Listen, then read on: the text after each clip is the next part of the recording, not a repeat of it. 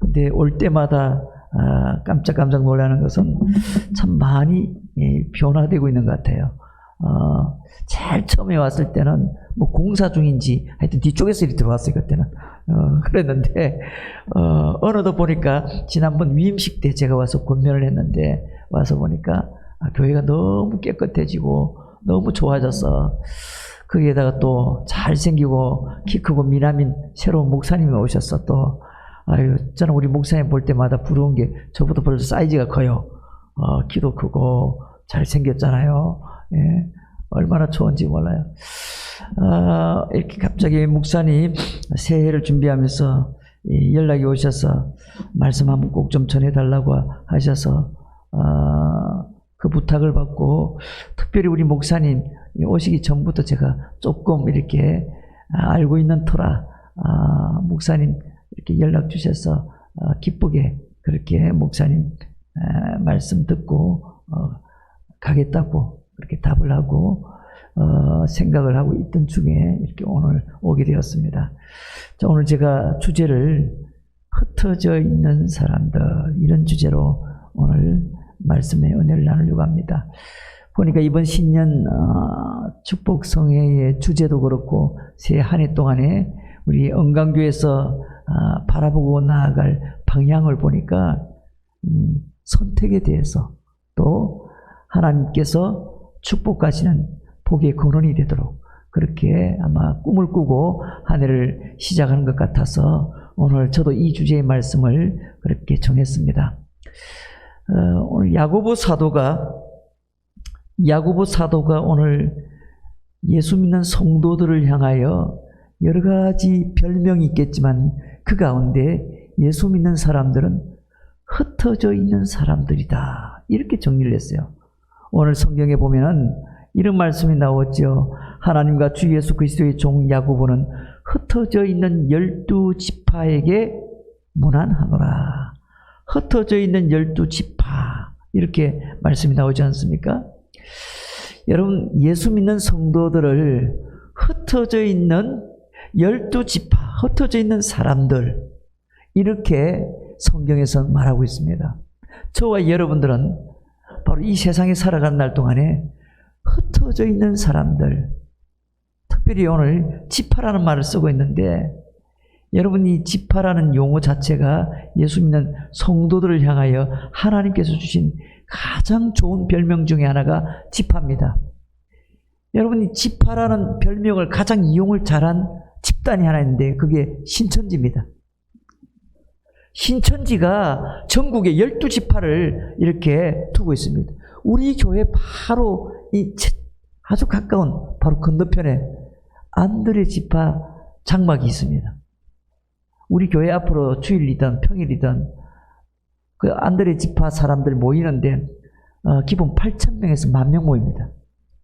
그냥 우리 교회 앞으로 그냥 사람들이 그냥 얼마나 떼거지처럼 몰려가는지 모릅니다. 근데 그 사람들이 사용하는 용어 중에 하나가 지파 아닙니까? 여기에 하단에 가면은 야고보 지파가 있습니다. 오늘 야고보서 성경을 보고 있는데 야고보 지파입니다. 여기 또 부산에 2지파가 있어요. 야고보 지파하고 안드레 지파. 사실 지파라는 이 이름은 예수 믿는 성도들 택한 백성들을 뜻하거든요. 이 야곱의 12아들 그렇죠? 야곱의 별명이 이스라엘 하나님께서 새로운 이름을 주셨잖아요. 그리고 이스라엘의 12아들을 12지파로 사실 더 넘어가 보면 근원으로 올라가 보면 결국은 야곱의 자녀들 아닙니까? 이스라엘의 자녀들.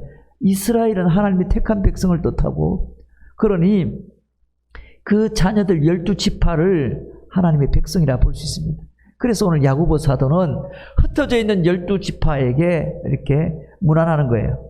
그런데 이 흩어져 있는 12지파 이 별명은 예수 믿는 하나님의 백성들을 흩어져 있는 12지파라 그렇게 부르는 겁니다. 그런 측면에서 볼 때 참 안타깝죠. 우리가 이 이단 신천지가 하나님의 백성들을 상징하고 있는 지파 이름을 이들이 잘 활용하고 있지 않습니까? 사람들은 누구냐, 자신이 누구인지 이 정체성이 아주 중요합니다. 정체성을 분명히 알고 있으면은 굳이 당황하지도 않습니다. 당신 누구야? 어디서 왔어? 뭐하는 사람이야? 어디에 소속돼 있어? 이게 바로 정체성 아닙니까?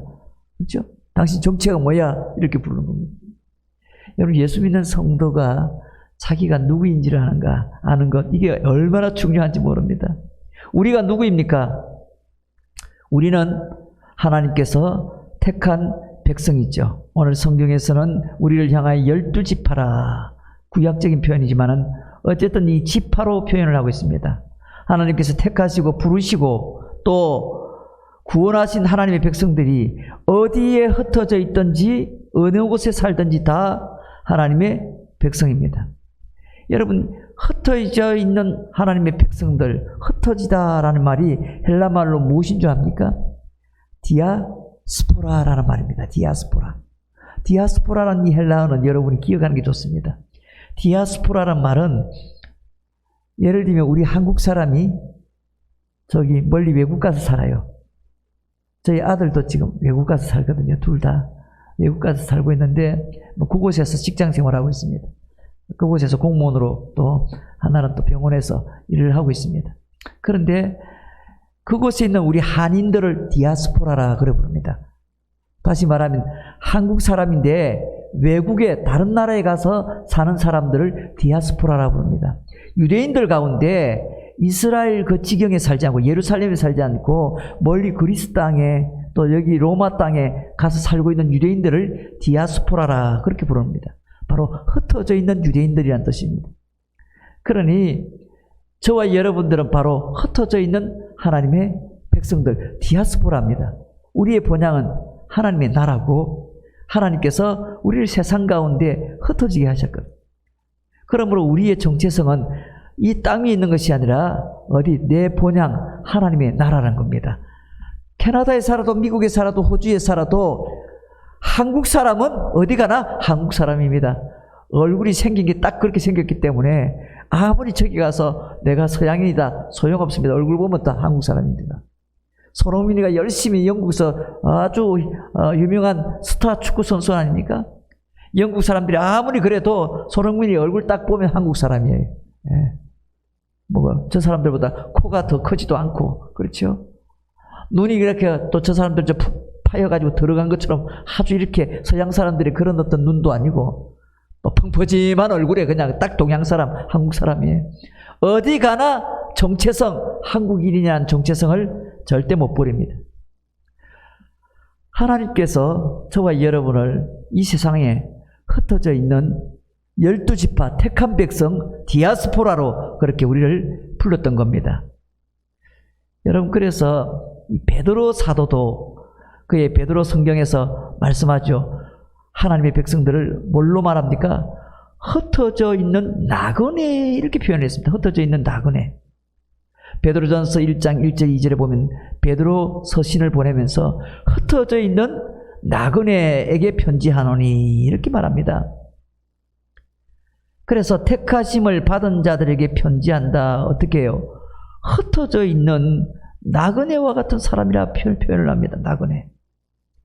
하늘을 본향에 둔 나그네, 하늘 나그네 그렇게 부릅니다. 그래서 크리스천들을 나그네 비유만 우리는 나그네로 세상을 사는 겁니다. 여러분, 나그네로 사는 것은 이 세상이 내 집이 아니라는 겁니다. 내 고향이 아니라는 얘기입니다. 객이라는 얘기 아닙니까? 그렇죠? 객지라는 겁니다. 같은 한국 땅에 살아도 저는 부산 사람입니다.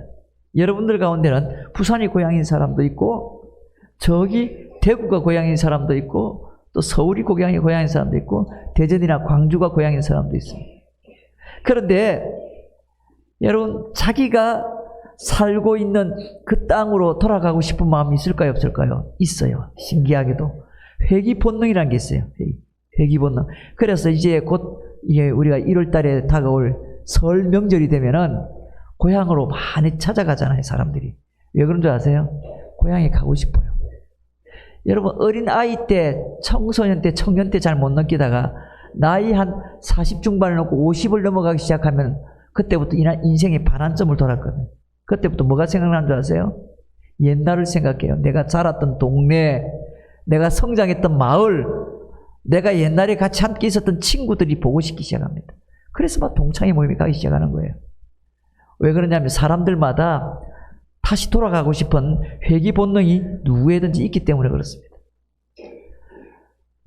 저는 부산 사람인데 서울서도 살아보고 외국서도 살아보고 첫 담임 목회를 또 대구 경산에 가서 목회를 했어요.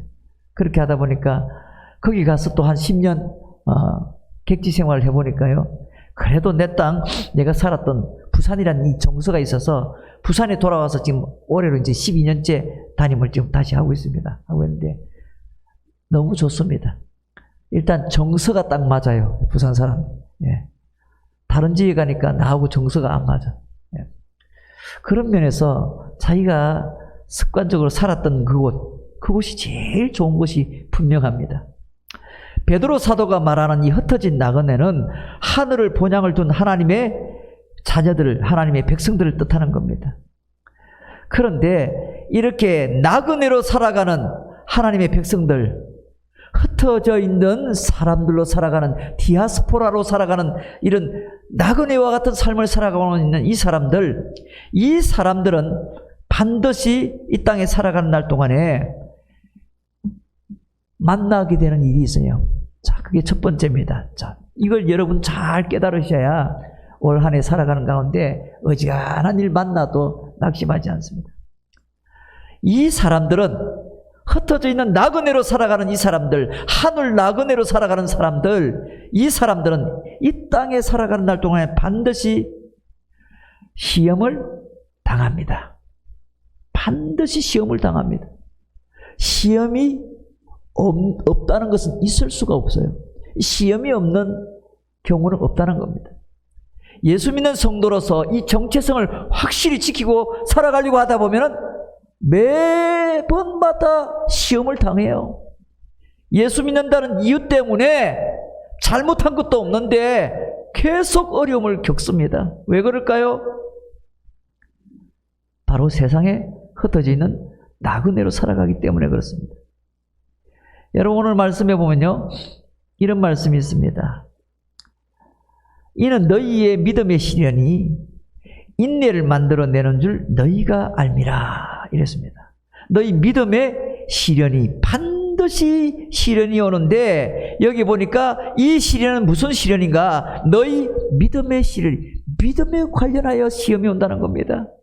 여러분 차라리 육체적으로 당하는 고통, 또 힘든 것 다 이겨낼 수 있습니다. 사실은 가장 어려운 시험이 뭔가? 그건 바로 믿음의 시련입니다. 믿음의 시련. 여기서 말하는 이 시험은 자신의 믿음을 시험하는 겁니다.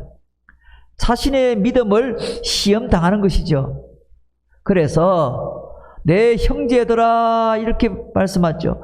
흩어져 있는 그리스도인들을 향하여 부르기를 내 형제들아 너희가 여러 가지 시험을 당하거든 어떻게 여기라?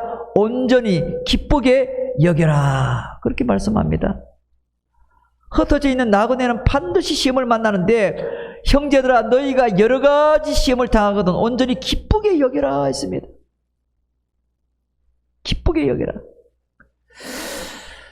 여러분 시험은 자신의 믿음을 시험하는 유혹을 말하죠. 성경 이야기 가운데 예수님께서 비유로 말씀해 주신 가운데 예루살렘에서 여리고로 내려가다가 강도를 만나서 거의 죽을 지경이 된 어떤 한 사람을 도와준 사마리아 사람의 비유 이야기를 여러분 다 알 것입니다. 그 설교를 들은 적도 있고 또 성경을 읽으면서 본 적도 있을 겁니다. 여러분 이 여리고로 내려가다가 강도 만난 이 사람은 사실은 무엇에 대한 비유입니까? 바로 믿음의 시험을 당한 겁니다. 믿음의 시험. 믿음의 시험입니다. 어떤 믿음의 시험입니까? 어떤 사람은요 강도를 만난 이 믿음의 길에서 강도를 만난 것이 아니라 사실은 시험을 만난 겁니다. 강도가 아니라 시험을 만난 겁니다. 어쩌면 우리가요 지나가는 제사장이 시험당한 것과 마찬가지일지도 모릅니다. 어쩌면 우리가 레위인이 만난 시험을 지금 당하고 있는지도 모릅니다. 어쩌면 코로나19라는 이 전염병이 우리를 시험을 하고 있는지 모르겠어요. 그래서 그런지 코로나 3년 동안에 한국 교회 성도들 약 30%가 줄어들었습니다. 현재 비통계적으로. 서울에는 아직도 출석을 50% 이상 이렇게 하는 교회가 거의 없다고 합니다. 이 3년 동안에 코로나가 성도들의 믿음을 시험해서 그냥 다 쓰러져 간 겁니다. 처음에는 어떻게 온라인으로라도 내가 예배를 지켜야지 마음을 그렇게 먹는데 온라인 예배도 하루 이틀이지 그 매주마다 드려보세요. 어떤 상황이 되는지. 편하긴 편해. 교회 안 가도 되고 집에서 앉아서 편안하게 그래도 하나님 앞에 예배 드리는데 이러면 안 되지 해서 다 그래도 옷도 다정하게 단정하게 입고 다 바른 자세로 해서 처음에는 예배를 드리는데 이거 몇 번 하다 보니까 나중에는 옷도 안 입어요. 예. 나중에 대충 되는 대로 그냥 앉아서 예배를 드려요. 처음부터 끝까지 예배에 집중도 안 해요. 부산의 어느 교회 한 1000명 이상 되는 교회인데 자기 교인들 가운데 과연 이 온라인으로 유튜브로 예배를 끝까지 참석하는 성도가 몇 명 되는가 조사를 해봤어요. 왜냐하면 유튜브에 들어오가지고 듣는 그 시간이 다 기록이 되게 되어 있습니다. 언제 빠져나간지 몇 분만 참석했는지 다 나옵니다. 예. 그러니까 끝까지 예배 참석한 사람은 30~40%도 안 돼. 목사님 설교 끝나고 바로 일나가 가버리는 사람부터 시작해가지고 예? 이게 온전한 예배가 되겠습니까? 예? 코로나19가 우리에게 닥쳐온 것은 다른 시험이 아닙니다. 건강에 대한 시험이 아니라 우리의 믿음에 대한 시험일 수 있습니다. 예리고 성으로 내려가다 강도 만난 이 사람이 당한 시험은 어쩌면은 강도를 만나서 얻어맞은 이게 문제가 아니라 그 강도 만난 사람을 지나가는 사람들이 만나지 않습니까? 제사장도 레위인도 사마리아 사람도 가서 만나는 순간마다 시험을 겪게 되는 겁니다. 시험. 오늘 우리가 이 세상을 이제 새해 한 해 동안 살아가게 될 텐데 수많은 시험이 우리를 기다리고 있습니다. 수많은 시험. 그때만 우리는 선택을 해야 되는 겁니다. 어떤 사람으로? 내가 크리스천으로서 바른 선택을 해야 되는 겁니다.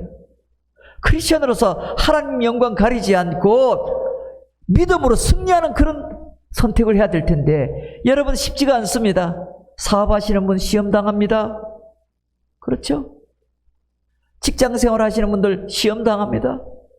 돈 때문에 시험당합니다. 사람들 관계 때문에 시험당합니다.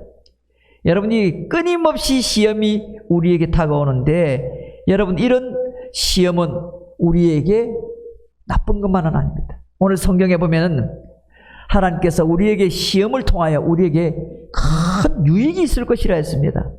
여러분 이 야고보서 4장 4절 말씀을 보시면 이런 말씀이 있습니다. 인내를 온전히 이루라. 인내를. 이는 너희로 온전하고 구비하며 조금도 부족함이 없게 하려 함이라. 분명히 앞에 야고보서 우리 1장 3절에서 이는 너희의 믿음의 시련이 인내를 만들어낸 줄 알미라. 이렇게 했는데 그 다음에 어떻게 해요? 우리의 인내의 유익을 우리에게 가르쳐 주는데 인내를 온전히 이루라. 이것은 너희로 하여금 온전하고 구비하여 조금도 부족함이 없게 할 것이라. 시험이 오게 되면은 이 시험으로 인해서 큰 유익을 얻게 되는데 뭘 훈련받습니까? 인내를. 지금은 코로나 이 시대는 그 어느 시대보다 하나님께서 우리에게 인내를 훈련시키는 겁니다. 과연 이 코로나 상황이 앞으로 1년, 2년, 3년 새로운 바이러스가 나와서 앞으로 5년, 10년이 더 갈지 아무도 모르는 것 아닙니까? 그런데 이런 과정을 통하여 하나님께서 우리에게 어떤 걸 훈련시킵니까? 인내를 준비시키는 겁니다. 여러분 믿음의 디아스포라에게 지금 하나님께서 말씀하시는데 가장 중요한 유익 첫 번째는 먼저 인내를 온전히 이루라. 여러분 잘 참으셔야 됩니다. 잘 인내해야 됩니다. 그냥 무작정 힘든데 어려운데 무조건 그냥 대충 참는 것 아닙니다. 여러분 세번역 성경에서 이렇게 말합니다. 인내를 이루라. 이 말씀을 세번역 성경에서 이렇게 쉽게 설명하는데 어떻게 설명합니까? 여러분은 인내력을 충분히 발휘하십시오. 직역을 하면 완전한 인내를 가지십시오. 너희로 온전하여 구비하여 온전하고 구비하며 이 말씀을 연결해서 보면 여러분 인내력을 충분히 충분히 발휘하여 조금도 부족함이 없어 완전하고 그리고 성숙한 사람이 되십시오. 이런 요구입니다. 여러분, 우리가 온전히 구비한다는 말이 무슨 말입니까? 하나님께서 쓰실 만한 그런 온전한 재물, 온전한 헌신을 이루라는 말입니다. 온전한 헌신. 그래서 이 인내의 유익이 우리로 하여금 하나님 앞에 온전하게 드려질 사람으로 하나님께서 만드신다는 겁니다. 여러분, 우리 함께 야고보서 5장 7절 8절 말씀을 한번 볼까요? 우리 야고보서 오늘 이제 같이 은혜 나눌 말씀은 주로 야고보서 말씀입니다. 야고보서 1장에서 시작해서 5장은 결론의 장 아닙니까? 야고보서 5장 7절 8절을 우리 다 같이 읽도록 하겠습니다. 야고보서 5장 7절 8절 다 같이 읽습니다. 그러므로 형제들아, 주께서 강림하시기까지 길이 참으라. 농부가 땅에서 나는 귀한 열매를 바라고 길이 참아 이른 비와 늦은 비를 기다리나니 너희도 길이 참고 마음을 굳건하게 하라. 주의 강림이 가까우시니라. 아멘. 여기 보니까 주께서 강림하시기까지 길이 참으라. 농부가 땅에서 나는 귀한 열매를 바라고 길이 참아 이른 비와 늦은 때를 기다리나니. 여러분, 야고보서 5장 11절 말씀으로 넘어가 볼까요? 보라, 인내하는 자를 우리가 복되다 하나니 너희가 욥의 인내를 들었고 주께서 주신 결말을 보았거니와 주는 가장 자비하시고 긍휼히 여기시는 분이라 했습니다. 여러분, 우리가 이 땅에서 믿음의 나그네로 살아가지 않습니까? 이 땅에서 디아스포라로 살아가는 동안에 만나는 시련은 바로 믿음의 시련입니다. 우리가 만나는 모든 상황은 믿음으로 해석하고 바라봐야 될 그런 시련이라는 겁니다. 예수 믿는 성도들이 가지고 있는 정체성은 바로 하나님의 백성으로서 이 땅에서 하늘 나그네로 살아가는 사람들, 하나님의 백성으로 살아가는 정체성을 갖고 있기 때문에 이 믿음의 사람들이 이 세상에 사는 날 동안에 닥치는 모든 시험은 반드시 뭘로 해석하라? 믿음의 눈으로 해석해야 되는 겁니다.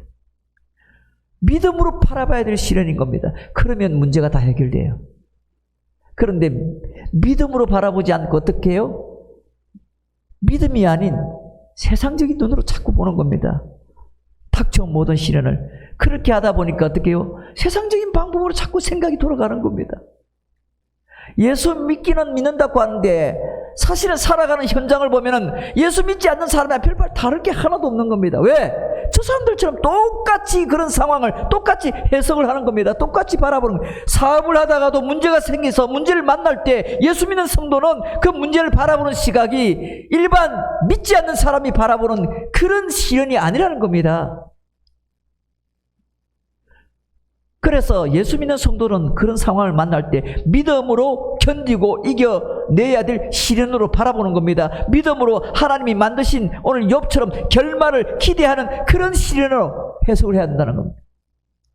하나님께서 이 과정을 통하여 반드시 나에게 뭔가 이루실 줄로 믿습니다. 여러분, 그런 과정으로 봐야 어떤 문제를 만나더라도 문제가 안 되는 겁니다. 그 문제 오히려 잘 왔다.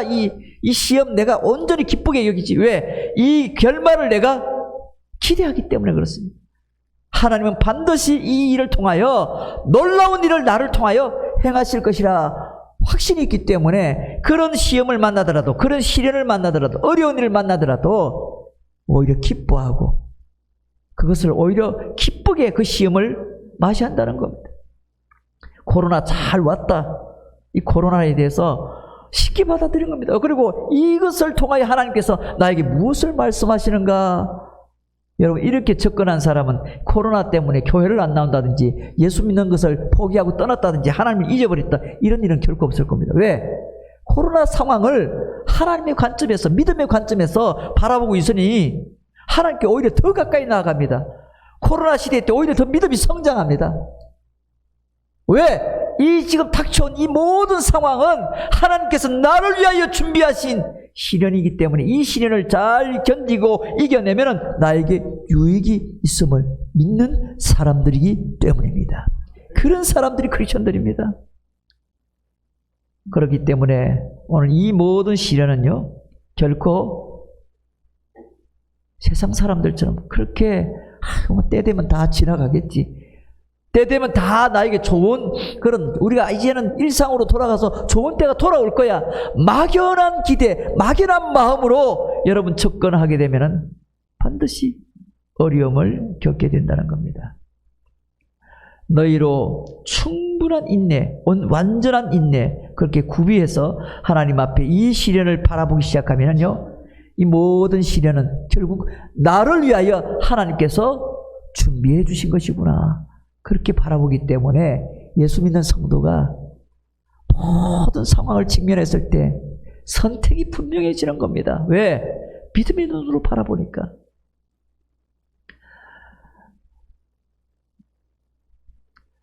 제가 처음에 대구 경산 지역에 목회를 하러 갔는데, 사람들이 그 지방에 시골에 사는 사람들이 의외로 이렇게 조금, 우리는 좀 뒤처진 사람들, 부족한 사람들, 성공하면 다 서울에 가야 되는데 이렇게 해서 뭔지 모르게 좀 패배의식 비슷한 이런 게 있어요. 사람들이 열등의식이 있다. 보이지 않는 열등의식. 여러분 지역에 살면서도 보이지 않는 열등의식이 있습니다. 서울 안에서도요, 강남 사는 사람과 강북 사는 사람의 의식이 달라요. 자기 본인이 스스로 그렇게 가지는 거죠. 예? 학생들 사이에는 인서울 하는 것하고 지방에 남아있는 것하고 이거 가지고 또 보이지 않는 열등의식을 가져요. 저희 딸이 서울에, 강남에 있는 서울 삼성병원이라고 거기서 근무를 한 적이 있어요. 또 그 근무하러 갔더니 자기 그 병원 안에 일하는 사람들 가운데 그 강남에 그 병원이 있는 그 논현동, 서초동 이런 지역에 사는 직원이 자기 부서에 그 한 20-30명 되는데 한 명도 없더라는 겁니다. 어디 가서 사냐니까 다 경기도 살아요. 거기서 다 출퇴근해요. 왜냐하면 그 안에 살려면은 조그만 몇 평짜리 아파트도 20억, 30억 하니까 자기가 뭘 벌어가지고 그 돈을 막 거기서 집 한 칸 마련하겠어요. 이 직원들도, 출근한 직원들도 경기도 땅에서 넘어온다는 거예요. 그러는 가운데 이 사람들은 보이지 않는 열등감이 있어요. 왜? 나는 여기서 못 산다는 거죠. 여러분, 사람들이 참 신기하죠. 우리 예수 믿는 성도들은 우리의 땅은 여기가 아닙니다. 강남도 아니고 부산도 아니고 우리는 하나님의 나라가 내 본향입니다. 그렇죠?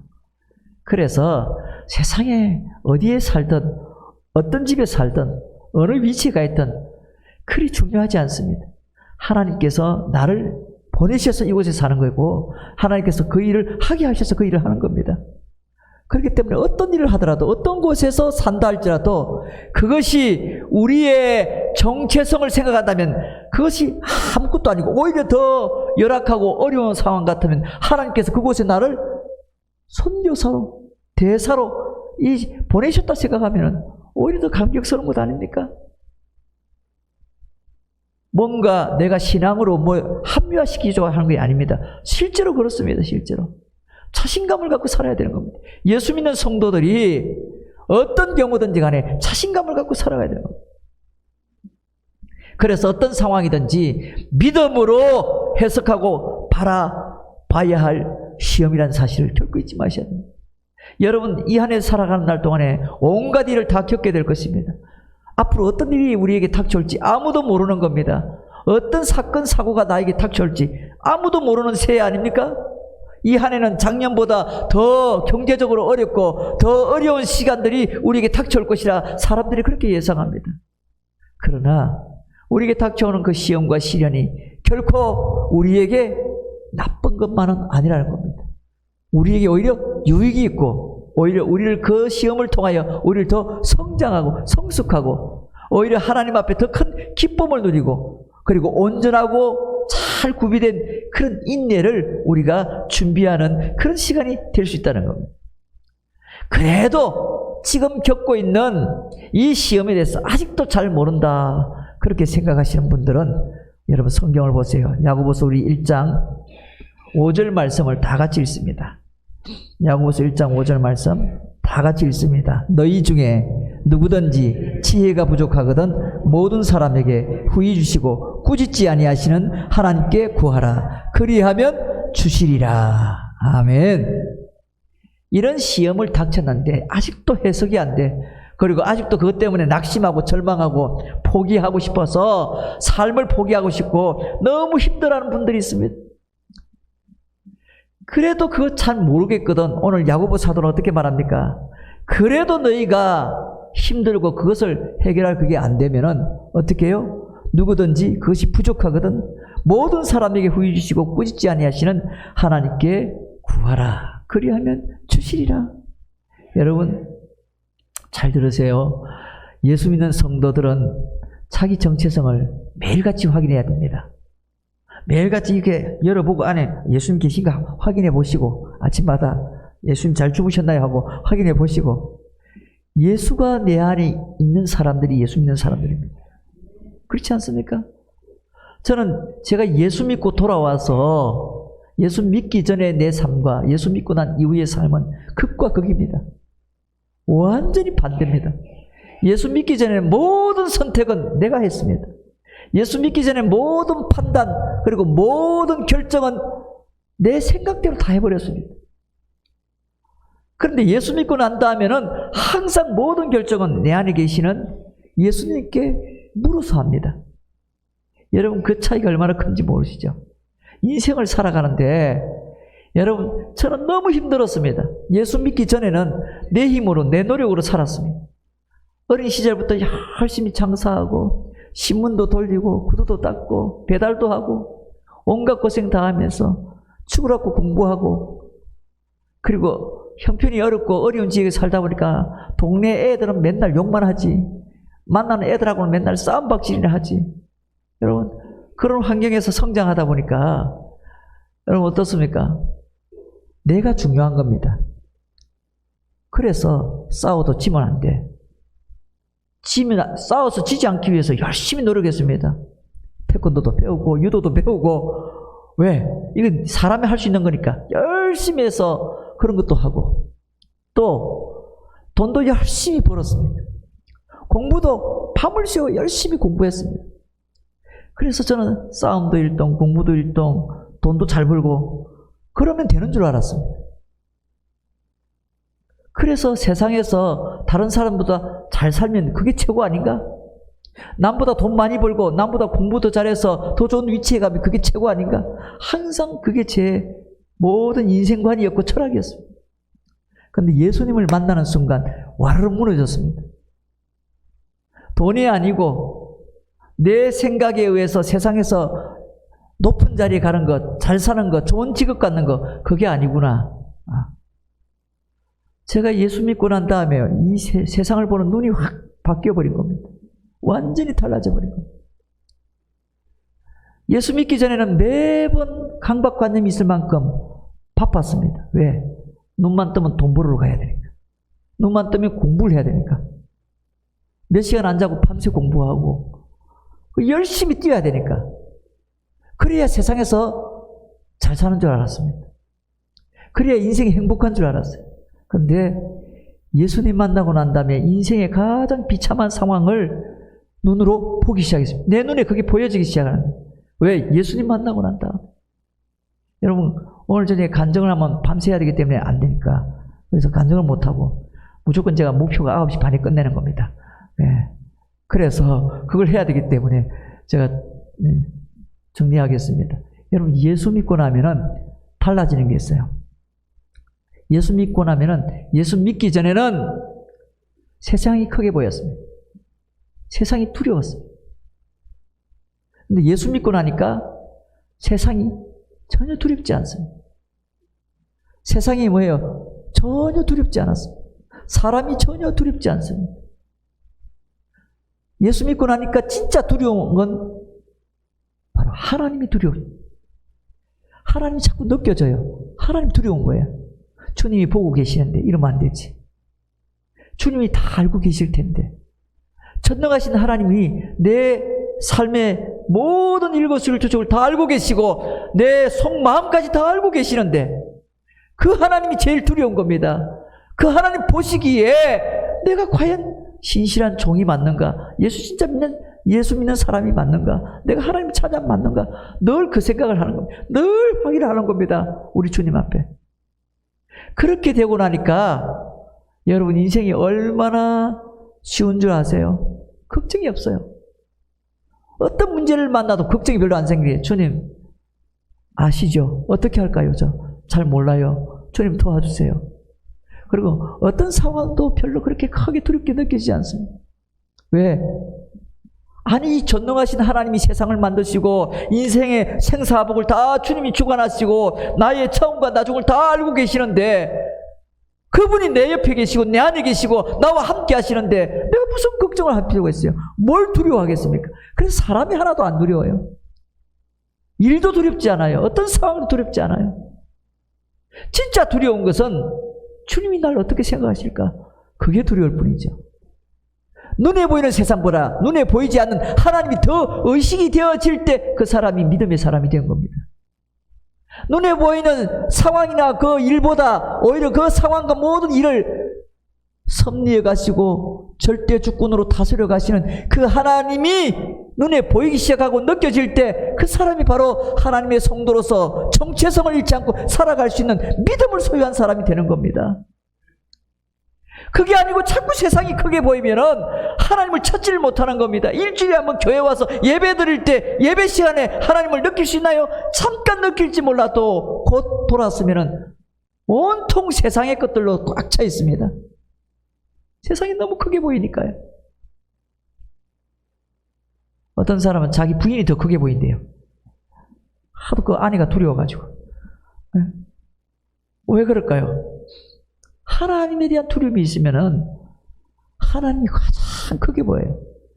여러분, 이 세상에 그 어떤 것보다 우리 하나님은 크신 분이에요. 여러분, 옛날에 복음송 많이 불렀잖아요. 크신 주께 영광 돌리세. 세상에 우리 하나님보다 크신 분이 없어요. 하나님이 전 우주, 전 모든 피조 세계를 다 창조하신 분 아닙니까? 그분보다 크신 분이 어떻게 있을 수 있어요? 여러분, 하나님이 크게 보여서 하나님을 가까이 이렇게 대어놓으면 나머지는 아예 보이지도 않는 겁니다. 그래서 구속한 주만 보인다고 찬송하지 않습니까? 세상은 온데간데 없고 구속한 주만 보인다잖아요. 그분만 보이기 시작하면은 문제가 해결이 되기 시작합니다. 어떤 상황도 걱정 안 해도 되는 겁니다. 사랑하는 성도 여러분, 우리가 살아가는 이 새해도 한 치 앞을 알 수 없는 잠깐 안개가 끼고 또 어둠의 상황이 될지 모릅니다. 그러나 우리에게는 어떤 상황이 온다 할지라도 아주 분명하고 확실한 선택의 권한을 우리가 가질 수 있습니다. 왜? 바로 하나님이 우리 곁에 계시기 때문에, 하나님이 함께 하시기 때문에, 그 하나님이 내 모든 선택의 기준이 되는 겁니다. 내가 아니라, 내 생각이 아니라. 그래서 오늘 성경은 야고보 사도는 핍박받는 많은 성도들에게 편지를 보내면서 너희가 어떤 시험을 만나더라도 오히려 그 믿음의 시련이 오히려 기뻐하라 했습니다. 오히려 그것이 너희를 온전하게 이루어 갈 것이라고 말씀합니다. 그 시련은 절대 너희에게 나쁜 것이 아니라고 말합니다. 그게 그렇게 깨닫기 어렵다면 하나님께 무릎 꿇고 구하라고 했습니다. 여러분, 이 새해에는 하나님의 백성으로서 정체성을 잃지 않고 올바른 선택을 잘하기 위해서 여러분이 필요하다면 꾸짖지 아니하시고 후회 주시는 그 하나님 앞에 무릎을 꿇고 주께 나아가 기도하는 시간을 꼭 갖기를 바랍니다. 저희 교회에서는 작년까지는 텐텐 기도회를 했고 올해부터는 이제 다니엘 90 기도회를 하는데 온라인으로 이렇게 모든 성도들에게 다 문자가 날아갑니다. 기도 제목이 쫙 기도문이 해서 기도문이 있는데 그거 다 읽으면은 한 7, 8분에서 10분 걸려요. 읽기만 해도 기도가 되도록 그렇게 보내놓고 그 시간에 그것을 읽고 기도하셨으면 댓글을 답니다. 기도했습니다. 예, 기도로 참여했습니다 하고 댓글을 달면 댓글이 쫙 달려요. 예. 근데 그게 아무것도 아닌 것 같은데 3년을 해봤어요. 아무것도 아닌 것 같은데 10시만 되면 작년까지 10시, 올해는 이제 9시 안 돼요. 10시 하니까요 9시에 잠들어 버리는 잠이 있더라고. 그러니까 나이가 들면 잠이 많은가 봐. 그래서 잠들기 전에 기도해야 되겠다 싶어서 그래서 1시간 당겨서 9시로 바꿨습니다. 9시, 8시 되면 미리 문자가 다 날아갑니다. 날아가서 9시 땡 하면 다 같이 그 시간에 보는 겁니다. 기도하는 겁니다. 읽으면 기도가 되는 거예요. 근데 다 같이 읽습니다. 읽고 난 다음에 그리고는 참여했습니다 하고 이제 댓글 다는 겁니다. 댓글 쫙 달려서 나옵니다. 저도 항상 참여하거든요. 올리거든요. 그럼 제가 이름 보면 누가 들어왔는지 나왔는지 어느 장로님이 들어왔는지 나왔는지 다 보입니다. 그래. 기도했는지 안 했는지. 그런데요, 여러분 매일 9시, 매일 10시에 그렇게 기도문 딱 5분 내지 10분을 읽고 그 시간 딱 지키기가 쉬울까요? 안 쉬울까요? 쉽지 않습니다. 그것도 어렵습니다. 그거 개건하기 쉽지 않습니다. 네. 그리고 성경을 읽는 게 좋겠다 싶어서 성경 읽기를 이렇게 매주마다 나갑니다. 그 다음에 성경을 쓰는 거 매주 정해서 이렇게 2달 혹은 석 달 이렇게 정해서 성경을 쓰게 합니다. 쓰는 노트를 제작을 해서 다 이렇게 나눠줬어요. 노트는 뭐 사무실에 가면 2,000원 주면 사도록 했습니다. 다 사서 계속 쓰게 했습니다.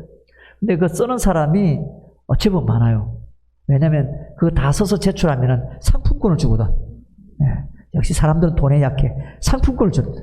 상품권을 주니까 열심히 또 써요. 여러분 그게 참 신기한 게요. 하나님의 말씀을 쓰고 읽고 그렇죠? 그리고 듣고 이것만 반복하는데 신앙이 유지가 되더라고요. 여러분 하나님께 어려우면 여러분 하나님께 자꾸 나가야 되는 겁니다. 기도 시간에 나가기도 하고요. 안 되면 집에서 해도 되잖아요. 지금은. 그래서 이 새해에는 여러분이 후회 주시고 꾸짖지 아니하시는 하나님께 지혜를 구할 수 있길 바랍니다. 시련은 반드시 오는 겁니다.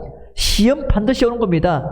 마치 여리고성을 내려가다가 시험당한 강도 만나서 이렇게 거의 죽을 뻔한 사람들을 만나게 되는 사건, 제사장도 만나고 레위인도 만나고 사마리아 사람도 만나는데 저와 여러분들도 그런 사람을 만나게 될 겁니다.